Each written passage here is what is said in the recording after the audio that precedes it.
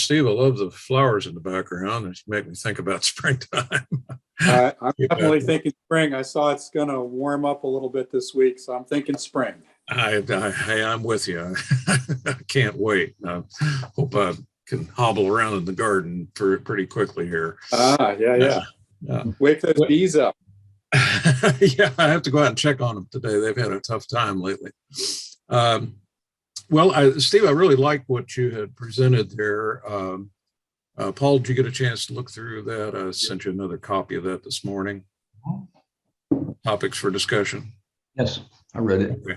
Well, I think that ties in with something you were mentioning too, that, basically follow the bucks. But I've been thinking about that, and I think it's the kind of the unspoken thing, but people don't talk about that extensively. They talk about the effects of things, of economic phenomenon, but they don't really discuss the philosophy of it. We seem to have entrenched ourselves in, a certain set of beliefs. And I wanted to start today with something. I'm sure this is something you have seen, but for some reason, Steve, when I was looking through that list, I kept thinking, well, this depends on how you're looking at it and the language that you use to describe it.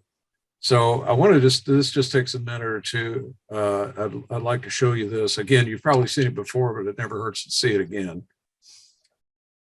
I'd like to talk a little bit about baseball and football.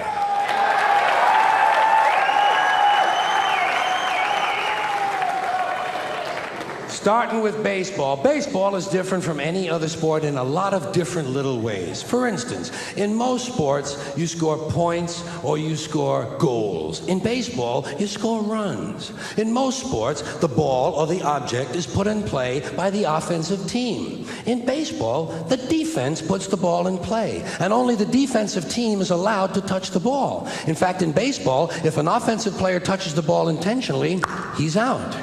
Also, most sports, the team is run by a coach. In baseball, the team is run by a manager. And only in baseball does the manager or the coach have to wear the same uniform the players do. Can you picture Bill Parcells in his New York Giants uniform? Now, baseball and football are different from one another in other kind of interesting ways, I think. First of all, baseball is a 19th century pastoral game. Football is a 20th century technological struggle. Baseball is played on a diamond, in a park, the baseball park. Football is played on a gridiron in a stadium, sometimes called Soldier Field or War Memorial Stadium. Baseball begins in the spring, the season of new life. Football begins in the fall when everything is dying. In football, you wear a helmet. In baseball, you wear a cap. Football is concerned with downs. What down is it? Baseball is concerned with ups. Who's up? Are you up? I'm not up. He's up. In football, the specialist comes in to kick. In baseball, the specialist comes in to relieve someone. In football, you receive a penalty. In baseball, you make an error. Whoops. Football has hitting, clipping, spearing, blocking, piling on, late hitting, unnecessary roughness, and personal fouls. Baseball has the sacrifice. Football is played in any kind of weather. Rain, sleet, snow, hail, mud. Can't read the numbers on the field, can't read the yard markers, can't read the players' numbers. The struggle will continue. In baseball, if it rains, we don't come out to play. I can't come out to play. It's raining out.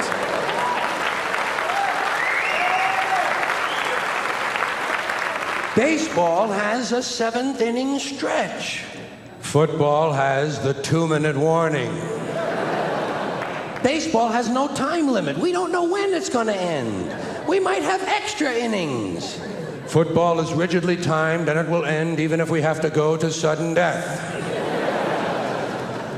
In baseball, during the game in the stands, there's kind of a picnic feeling. Emotions may run high or low, but there's not that much unpleasantness. In football, in the stands during the game, you can be sure that at least 27 times you were perfectly capable of taking the life of a fellow human being. Preferably a stranger. And finally, the objectives of the two games are totally different. In football, the object is for the quarterback, otherwise known as the field general, to be on target with his aerial assault, riddling the defense by hitting his receivers with deadly accuracy, in spite of the blitz, even if he has to use the shotgun. With short bullet passes and long bombs, he marches his troops into enemy territory, balancing this aerial assault with a sustained ground attack which punches holes in the forward wall of the enemy's defensive line.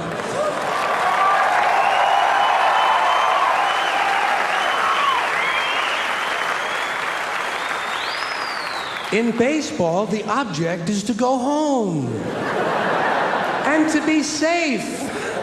I hope I'll be safe at home. Safe at home. Well, you may wonder about that. Maybe just this being Super Bowl Sunday makes me bring that to mind. But I take away from Carlin some very serious things. I think he was a prophet in a lot of ways in the way he spoke about things. And the language that we use to describe our sports, I think, has transferred into our politics and how we think about a lot of things, including economics. So I just wanted to kind of set a mood for a discussion there. And Steve, I'm gonna leave it to you. I have this. This is the listing that you had put up. And I thought today we could start with the first point you were making about what are the values inherent in an American economic system? And do we value hard work, self-reliance? And you have a list of things. So what I did is I took that list and I wanted to, just for fun, kind of, I've already put some answers in here, but I'd like for you to list the things that are your values, the things that you think are most important in this list. It's kind of a tough question, I guess, but I'd like to see that there's 15 of them. I'd like to see your top 5 and your bottom 5, the things that you consider to be most critical, and the things that you consider, low on the list. Does that make sense? It does. Okay. That's a challenge. Okay. So if you can think about that for a minute and then just give me your numbers. Paul, I'd like for you to do the same thing. It's, the first one is, and you may want to write these down or something, but I'd ask you to make your own list and then we'll combine these. And I kind of want to see where each of us falls into this. So again, you can list them either as A, B, or C, or 1, 2, 3, whatever you want to do. 1 or A would be the thing you consider very important. 3 would be something you consider less important. And of course, whatever's left is in the middle. Okay. Just let me know when you're ready. I think I could go. Okay. You want to list the 5 things that you think are your highest personal? I'm having a hard time following the rules here. And maybe it's because I was thinking of all of these as somehow valuable. Right. So it was hard. The hard part was putting the things down in the category 3. That was the hardest for me. Well, like I say, the top 5 and the bottom 5, if you only came up with 3 or 4 or whatever. Yeah. Well, I came up with the top 6 because I was thinking of education and skills as kind of interchangeable, terms. Okay. It's not just one or the other, but you kind of have to have both. I got you. Okay. So anyway, if you put them separately, I put them together. So okay, I'll just. So under hard work was a number one. Okay.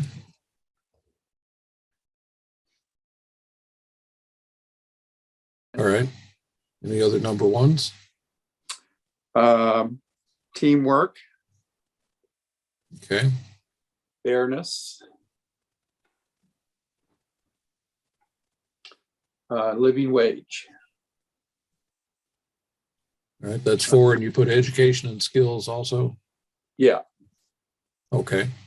And when I'm putting living wage in there, I'm using that as kind of a stand-in for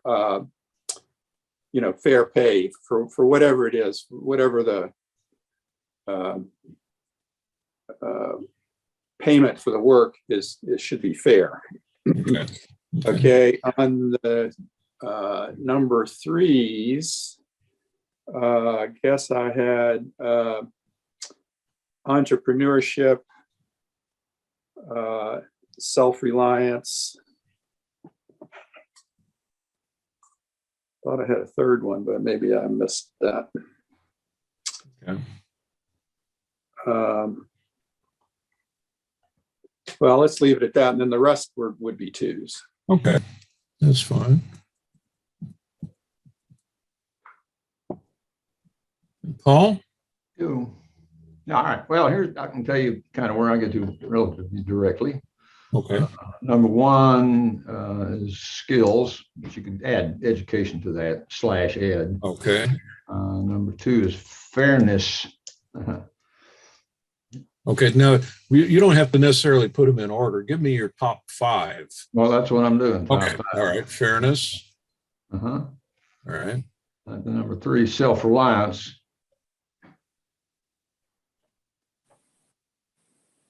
Okay. Accessible capital, Okay. and a living wage, or as you say, some. All right. How about at the bottom of your list? At the bottom, the least important for me is inherited wealth. Okay. Anything else belong in that category? I don't think so, particularly. That's basically essentially an unfair advantage that those folks have, and that includes me for some of these things. I got more money than some brothers and sisters on the West End. Yeah. It came to me, So I'll list the remainder as just in the middle somewhere. Again, Yeah. I'm trying to accentuate the things that you think are most critical and the things that perhaps you're not. Here's what I had over here. Let's see. And if we took just an average of these, let's see.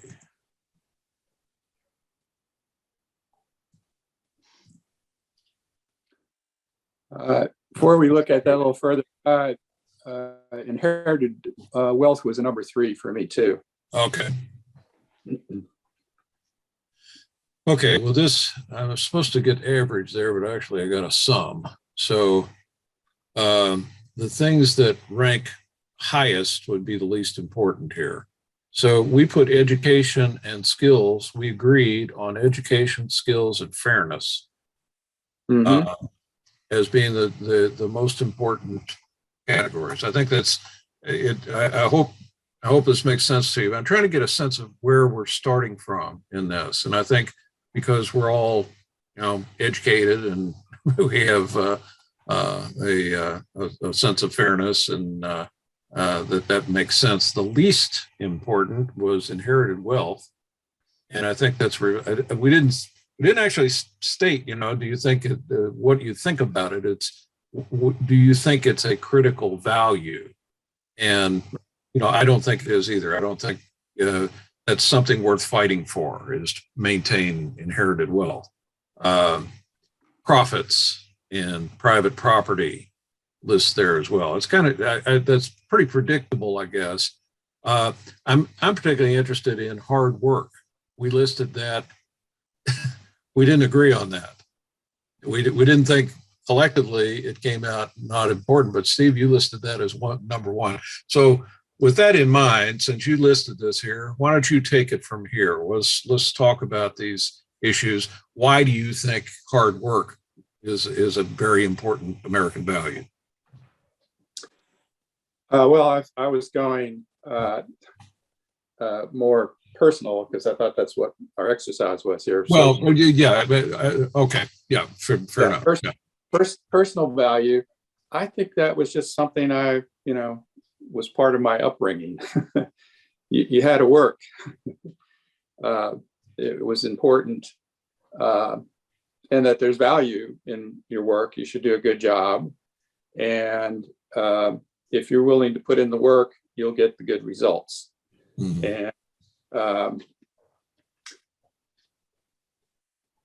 And also, and my experience in my career was hard work was a competitive advantage for me, in that if I put in the work, did my homework, made sure things were taken care of. If I got an assignment, I did it. If I made a promise, I kept it. Those kind of follow through things with hard work, I thought were important to just the what's the word I'm looking for? The productivity, I guess, of the enterprises that I'm involved in. So I would use the term work ethic. Yeah. Right. That you don't get something for nothing. You have to put effort out in order to get it back. Yeah. So that's probably just my inadequate wording when I first made this list. I probably would it be better. What I was thinking of was more work ethic, a better descriptor. Yeah, the reason I went in the opposite direction, I think it ties into what George Carlin was presenting, that I think we have changed. I think our country has changed from a baseball orientation to a football orientation, if I can, generalize that way, that being skilled is more important in my opinion. Being skilled is more important than working hard. For me, I guess the word hard, I think of manual labor. I think of physical effort.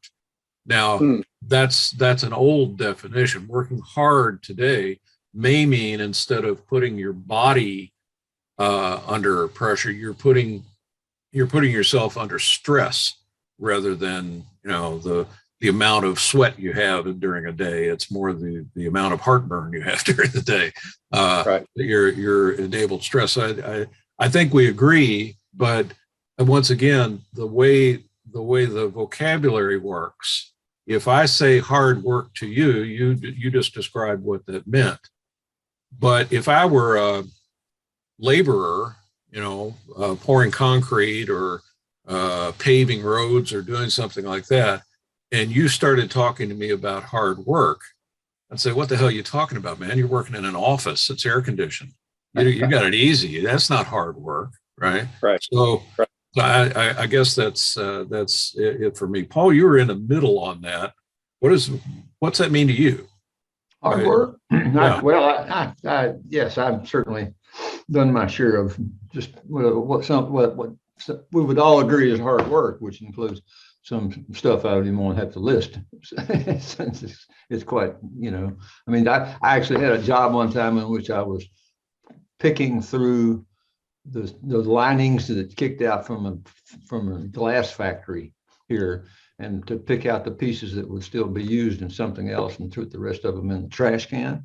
Mm-hmm. And if that's not hard work, I don't know what hard work is. I came out of that place just absolutely filthy dirty and just worn out. And that it was one of those jobs I was doing rent a man kind of things, where I go out and get a call in and say, well, I need this work, and then go work. And so that, in that sense, work like that, not only will I think that's hard work. Second, I will do what I can to avoid it. Mm-hmm. I'm sorry that makes me an elitist, but I don't really want to have to do it anymore. Mm-hmm. And I'm not. I won't have to do it anymore. So that's where that's about. The things that bother me rather in this thing, of course, are huge amounts of inherited money, and that always brings me back to the Koch brothers. Yeah. which is my favorite little thing to get raving about. Or when said when the government and when individuals and corporations use the government to get money for themselves, we've had that going on now for some good little while. And suddenly we like, oh well, maybe these politicians need to quit taking advantage of their inside knowledge, and go out and do something with that. So I disapprove of that generally. Mhm. Entrepreneurship is, gets back to the skill set. It's, if you have the nerve to do it, that's the other side of that coin. Let's focus on that. I'd like to talk about work once more, a little more, because I think that's an important thing when we're discussing other issues in our economy, like welfare, like aid. I hear this quite often where I work hard and I don't want to give my money away to somebody who's freeloading, who's not doing anything. There's I would say if there's anything that separates the blue and white collar view of life is I resent the fact that somebody has an easy road to follow and gets more than I do. The gospel spoke about this of the workers in the vineyard. The guy who worked all day long says, wait a minute, this guy only came in for the last hour. You're paying him the same thing. There's this sense of, and this gets to fairness also, that we're increasingly seeing the conflict between who is working the hardest and who is profiting the most. There should be, at least in our philosophy, there's a connection. Work hard, follow the rules, and you'll get ahead in life. But are the people who are making 1,000 times more than their workers, the CEOs who are making a huge amount, are they working hard? Do we give them a pass on this and say, well, if you're making a lot of money, you must be working hard, or so there seems to be, but what I'm pointing out is if hard work is a value, why do we let people get off with making far more than they deserve for the work they do? Is that to your point, Paul, that those folks who say, if it's David Koch or whoever it might be, is it, I somehow am deserving and I don't have to do the hard labor because I have wealth. My wealth works for me. Yeah, well, this has been the problem in America since at the beginning. And you always have those folks who have a lot of money and they get by with following the rules. They don't follow the rules that everybody else does because they have more money. And it's not like we haven't talked about this ad infinitum, Right. and on about how that was, and I find it interesting that you listed communism somewhere in one of these lists, and I thought that there's not any of that around. I mean, Bernie Sanders notwithstanding, there's not really anybody that's practicing or thinking and trying to get to have. What I was trying to do, this was what I was trying to parallel what Carlin was doing in baseball with an economic discussion and say in capitalism things are this way, in communism things are this way, as in football and baseball. I didn't get very far with that, and I don't know that that's a good route to go, but that's what that was about. But I guess what I'm looking at is people may agree to something and say this is a good thing, but they mean different things by it. Mm-hmm. They're not talking about the same thing, and I think that's how some folks get co-opted. Is the language twists it around. Let's look at one of our other critical areas here in education and skills. Okay, in education, if I went to college and got an advanced degree in philosophy, I have an education. Do I have skill? Well, I don't, not necessarily. So if I say education is schooling, I'm leaving out the person who is self-taught, the person who grew up on a farm, perhaps, and knows a lot, has a wealth of knowledge, and knows how to apply knowledge in a practical way, but you wouldn't call them an educated person. So we're using a term, and we may place a value on it, but we mean something different. You know, I'm kind of, I guess I'm floundering a little bit here, but I'm trying to resolve where does the conflict occur? Is it what we feel and what we believe about what's fair and what's good, or is it where we are in the economic spectrum and how we look at something like accessible capital? I would say accessible capital means very little to someone who's working at Walmart. You know, it's not on their radar. Accessible capital. Well, perhaps I need a loan to get my home. All right, but if you use that term accessible capital, they wouldn't even know what you're talking about. You know, so is it a value to them? Well, not in the same way it would be to an investment banker. You know, their view of accessible capital is a completely different thing than getting a loan for a car or home. Right? Steve, help me out here. I'm trying to unwind all of this, but I think it's a really important thing to unwind, I guess. Well, I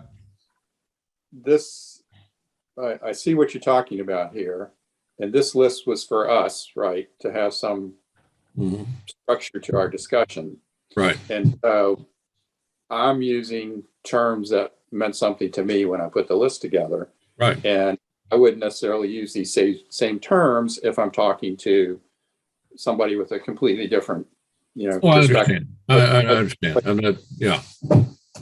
And the other thing is, I guess I started trying, and I'm not necessarily thinking that the list that I came up with here is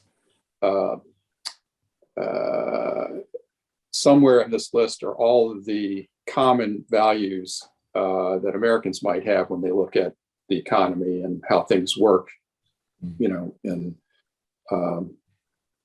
just in the way you get paid for your work. So I think that's, if we're trying to sort through this, we want to be sure that we cast the net wide enough. Yeah. So I don't claims that I've done that. I just, this was a stab. No, I understand. It's a difficult thing to get your arms around in some ways. Yeah. And what I'm saying is, I think it's because the language we use isn't a common language. When we say things, when just like we use different language in football and baseball because the objective sometimes is different.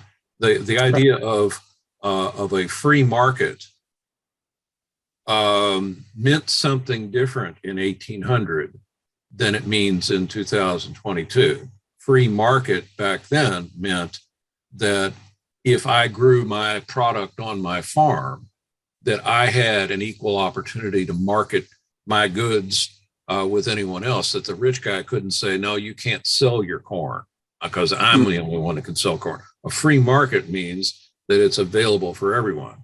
Free market today, I would contend, is more about, it's almost the opposite of free market. It's, we don't want restrictions on what business can do. That's how it's interpreted now. Is free market means government doesn't interfere, all right? Whereas free market in the past may have meant government damn well interferes to make sure that the market is free. Mm-hmm. So, yeah, I think it's very valuable what you're saying to get the terminology that's understood, so that when we're talking about it, we're talking apples to apples. Right. But let me throw something else out here. We're looking at this list about how the economic system works. What are the values within the economic system? And I would argue that you need to think about those values and about the economic system as a whole in relationship to a bigger societal issues. Mhm. And the thing that occurred to me from my background working in poverty programs was, what do we think about poverty and about people who are unable to work? And reasons for going into poverty. If somebody who's in middle class upbringing, middle class life, but had to fall into poverty, oftentimes the reason for that is a disability. Mhm. Or actually the most common thing is a single mother has children and can't work, can't afford childcare, and is now in poverty. They can't work because they have to stay and take care of the kids, can't afford to work at a minimum wage job and have the kid go into childcare, or doesn't have any family who can take care of the kid. The single mother on her own is the most common reason for somebody going into poverty. So what are our broader societal values that our economic system should be supporting? Should we be, just the example you used a while ago, should we be providing welfare payments to people who can't work? Mhm. Disability payments or welfare payments to people who can't work.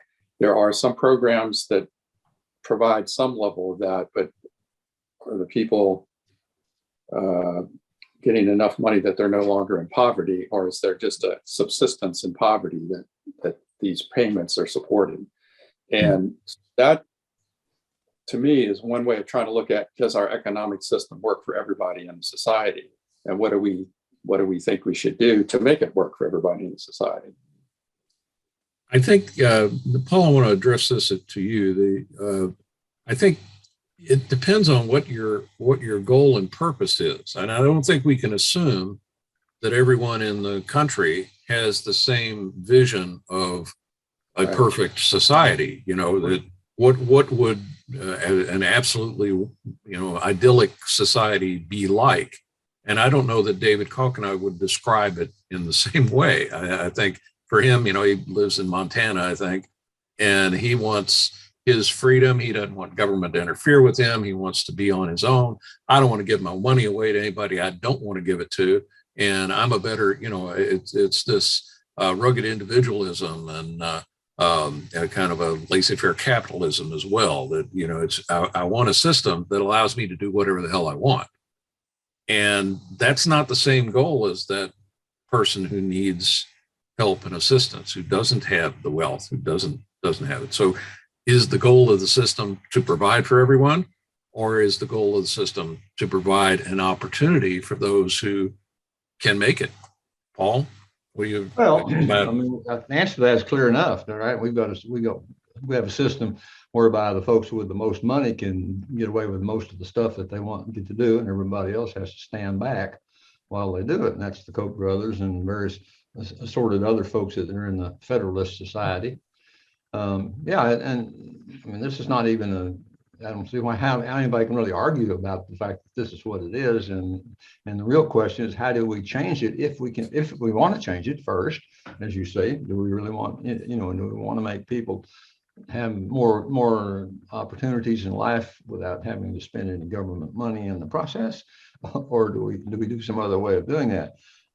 I've been thinking about this off and on for a few dozen years, and part of it is that it's clear enough that the boys with the big money have it in their minds to lock up the system so that they don't have to worry about this anymore.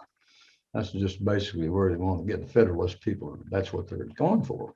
And the funny thing is also, Michael, I want to say this because I kept thinking about this. You realize the problem with the government now, what they're trying to do is, everybody needs to go to college. Well, of course, everybody doesn't need to go to college, because college, as it was originally thought about, was for rich people and the kids of the wealthy families. That's who went to college. Mhm. And that's why you would have a doctorate in philosophy, because you're somebody with a wealthy family, and so you can think about things like that. But if you don't have that kind of money, you're insane to think about that question. That's not even worth spending your time on, because it won't pay you back in any way.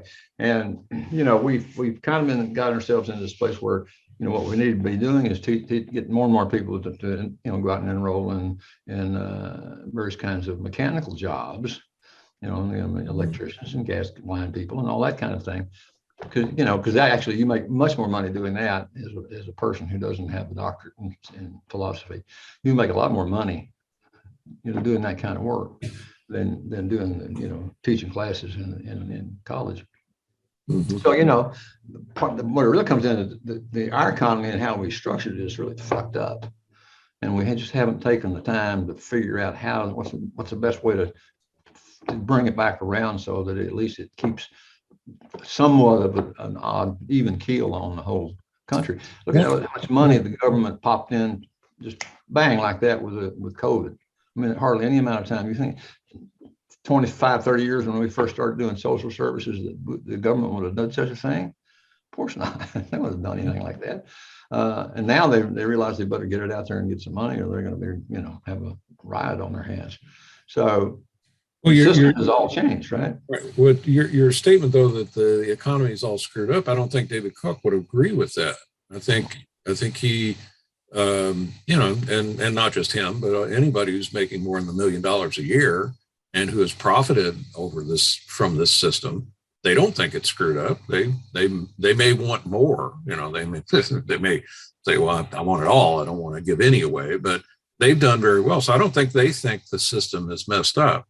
And that's why, I hear a lot on the news. A lot of these talking heads come on and they say, this is a big threat to our democracy. Now, who do you hear these days saying that whether it's voter suppression or whatever they may be talking about, they say this is a threat to our democracy? You only hear people on the left using that terminology. You don't hear people on the right saying that Joe Biden is a threat to our democracy. They phrase it differently. They are more inclined to say he's a threat to our freedom. And there seems to be a dichotomy drawn between freedom and democracy.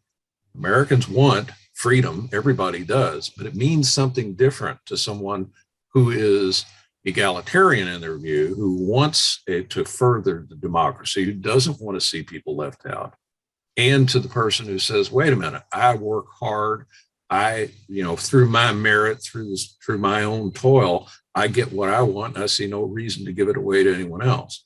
So we're using terms like democracy, and we're not meaning the same thing. And that's the thing that always bothers me in discussion is we don't often take the time to define the terms so that we come to a common understanding of what that terminology means before we start arguing about which side is right.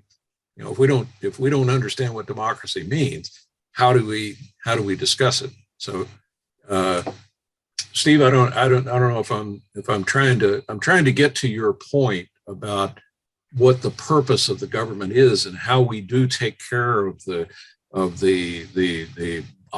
underside of our country. How do we deal with people who are infirmed or people who are in poverty? And I guess my thrust is, do we all agree that we should do something? If we don't agree that we should do something, then arguing about what we do becomes a moot point. Who is the we in that statement? You're talking about all Americans? Well, I guess so. I could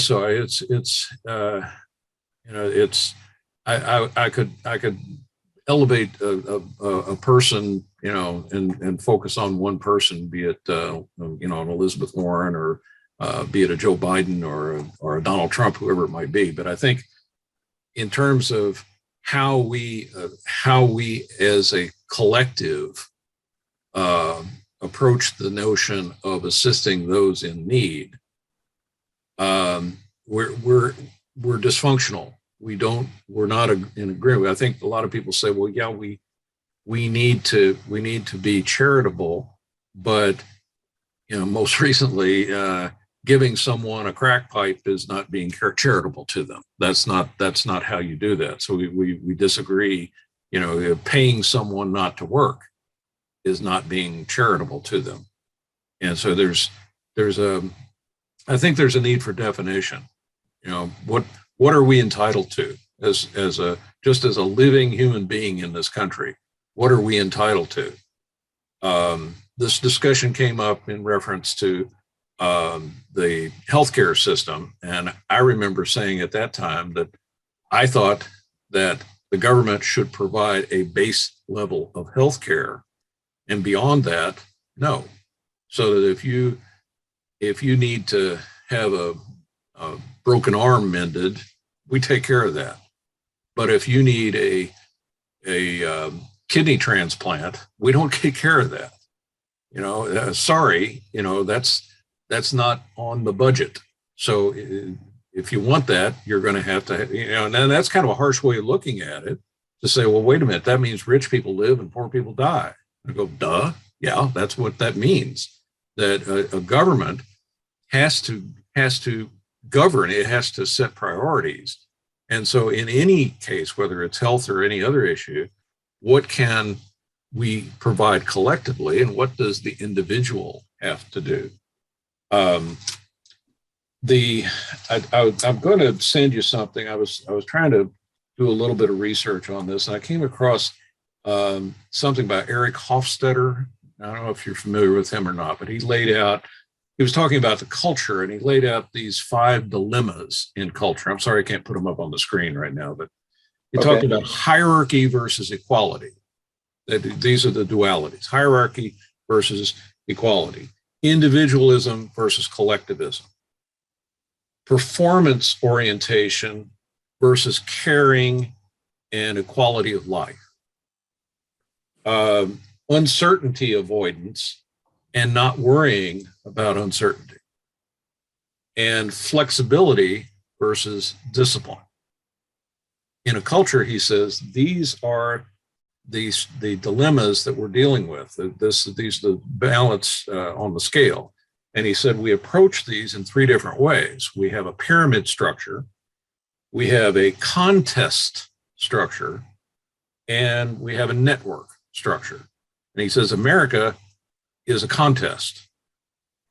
I think that's why the Super Bowl has gained popularity and nobody cares about the World Series anymore. We like a contest. There's a winner, there's a loser. You have, who we used to have the winner of the SEC tournament and the Big Ten and the Pac-10 and all these. They'd play their tournament, they'd end their season, everything's great.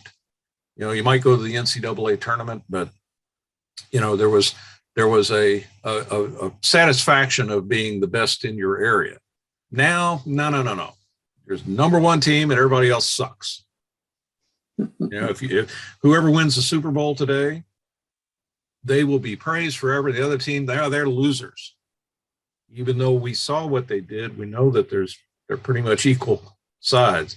But I used to say the Buffalo Bills went to the Super Bowl like 5 times in 10 years or something, and they were considered losers because they never won it. Yeah. But at any rate, I will send you something. I thought that was a kind of an interesting follow-up. On any of the issues that you were listing or anything we could talk about, there's this balance. Which way do you lean on it? Do you lean towards equality of outcome or equality of opportunity? Do we have to make sure?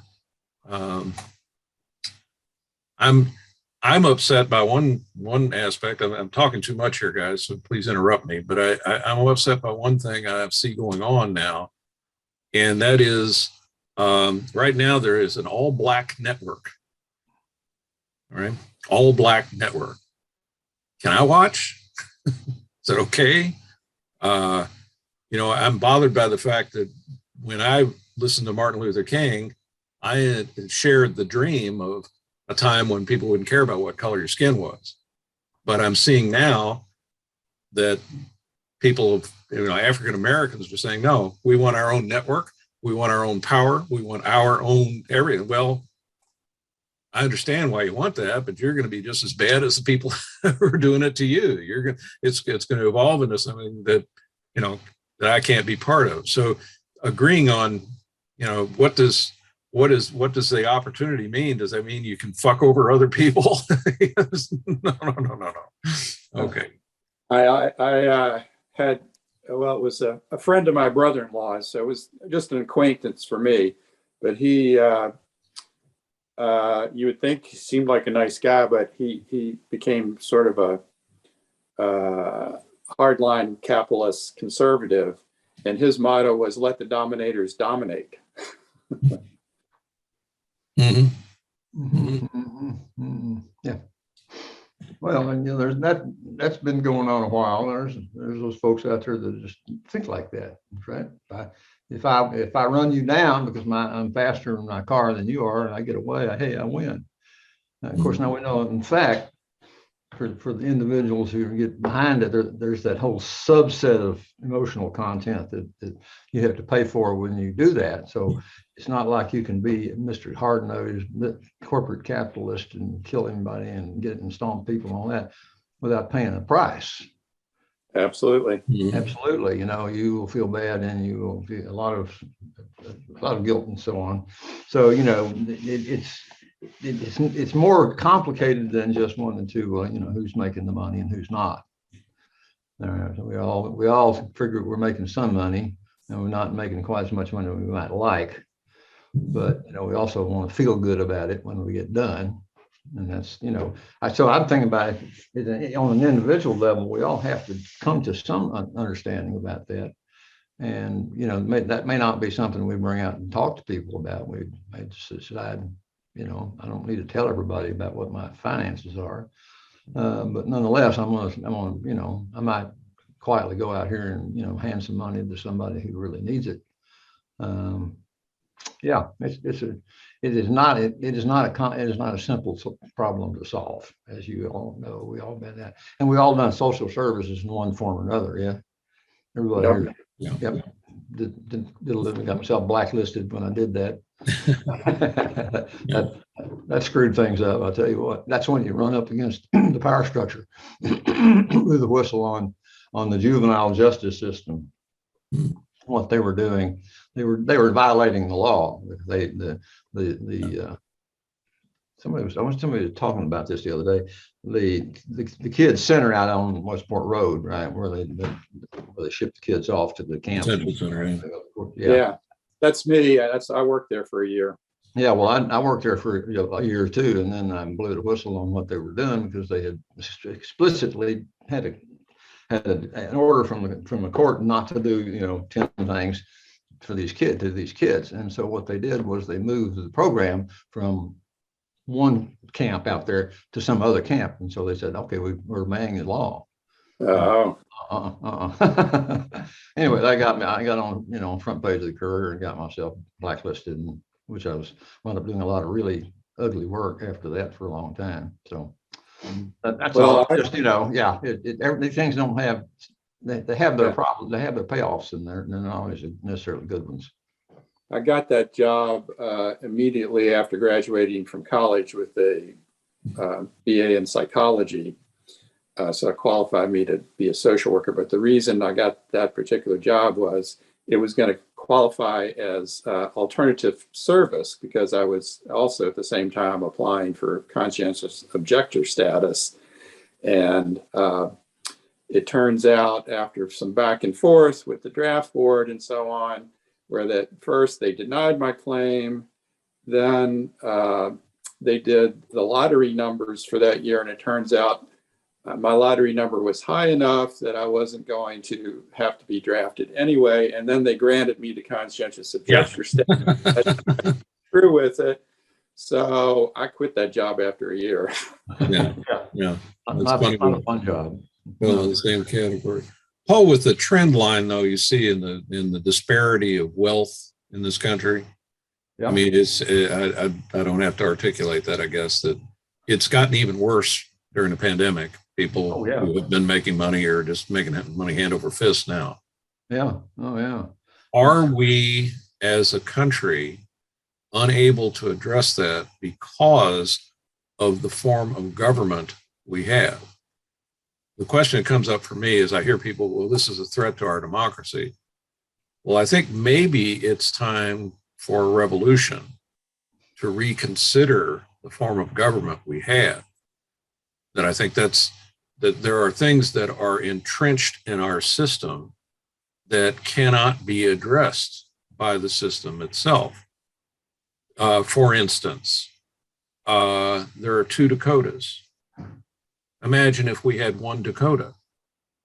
Okay, we take 2 senators away from the right, add them to the left, or just don't add them at all, and we now have a clear Democratic majority. So in my system, I would reevaluate how we allocate power in the Senate to make it more equitable. That, you know, the Republicans have and just a total lock on the Senate, because if things were distributed by population, the Republicans would have about 25%. But the way we do it with the big square states in the middle, they've got a 50-50 load. So I guess my question is, can we address these issues of unfairness and income inequality, which I think is kind of the list that you painted there, Steve. I think it's reflecting all of what, here are the things that are a concern to us, but we keep running into blockades. And are we at the point where we need to revise the Constitution and make changes?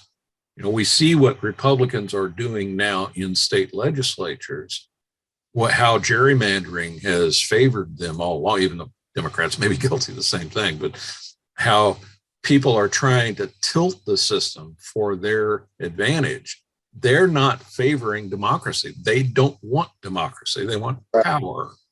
Right. And so do we get to a point where we say, wait a minute, we can't go on with this structure?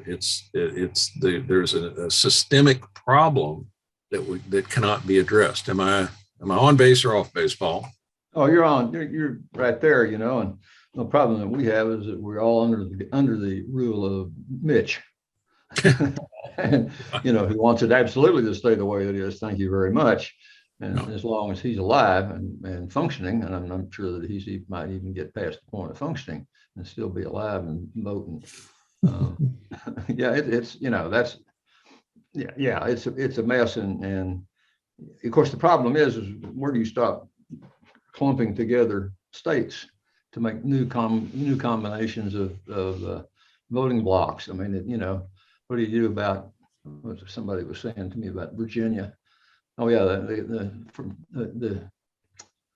first family of Virginia. That was, if you're a first family of Virginia, you know, you have more power than if you're not, even if you live there.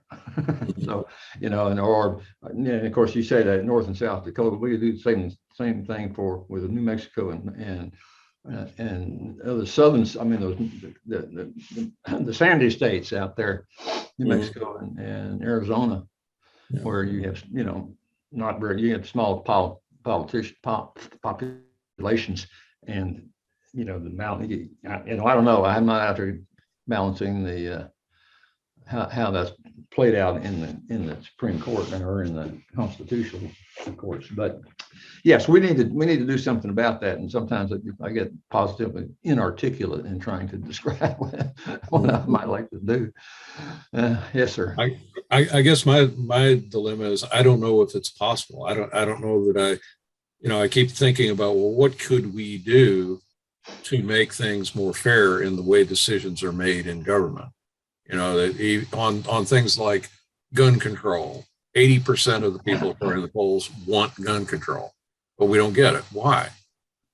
Well, people have learned to manipulate the system in a way that favors them. It's like we've stacked the deck the way we want it, and you can't shuffle the cards anymore. You know, I don't know that we can address that issue without either a peaceful or a violent revolution. And I see it coming to a head eventually. I don't know whether the side that breaks is going to be on the left or the right, but this is almost for, without sounding melodramatic, I hope, I feel like I'm living in 1860, and I'm Henry Clay here in Kentucky. And I'm saying, wait a minute, we don't want to do this. We don't want to get into a civil war because everybody loses. Yeah. Well, how do you address it? What could have been done then to avoid it? I don't know. I don't know whether you can take two sides who are diametrically opposed and somehow form a compromise. The purpose of our government should be to form the compromise. That's what you're saying about Mitch McConnell is so right on, that he does not see his job as leader of the Senate or minority leader now. He doesn't see his job as trying to form a consensus, trying to form something that he can gain agreement from both sides on. He doesn't think that's his job. He thinks his job is to win. Yep. He's in that position where winning is the only objective. And it's I guess I stretched the football analogy, but it's like thinking in how you think about the problem. If you don't agree on the problem, you don't understand what the target goal is. In my mind, it should be that there's peace and harmony and everybody has enough to eat and a place to sleep and you have a chance to do the things you want to do and you're not threatened. Your life isn't threatened and people are not doing crap that's going to kill you. It's pretty clear to me what I want. I'm not after, huge amounts of power. I just want to live my life and, be at peace with people and try to protect the things that I am responsible for. But there are people who don't think that way. So, oh well. I think we probably are not going to solve any more of the world's problems here. No, I think what's important is what I hope I can do anyway. I have to speak for myself. I hope I can put together something to say to people that might get them to think about trying to achieve a harmony in our society. How can we take people who are, bass and tenor and get them together so that there's harmony and we can live together in peace? Because I'm real worried that we're not going to do that for long. Worry about my grandkids. So.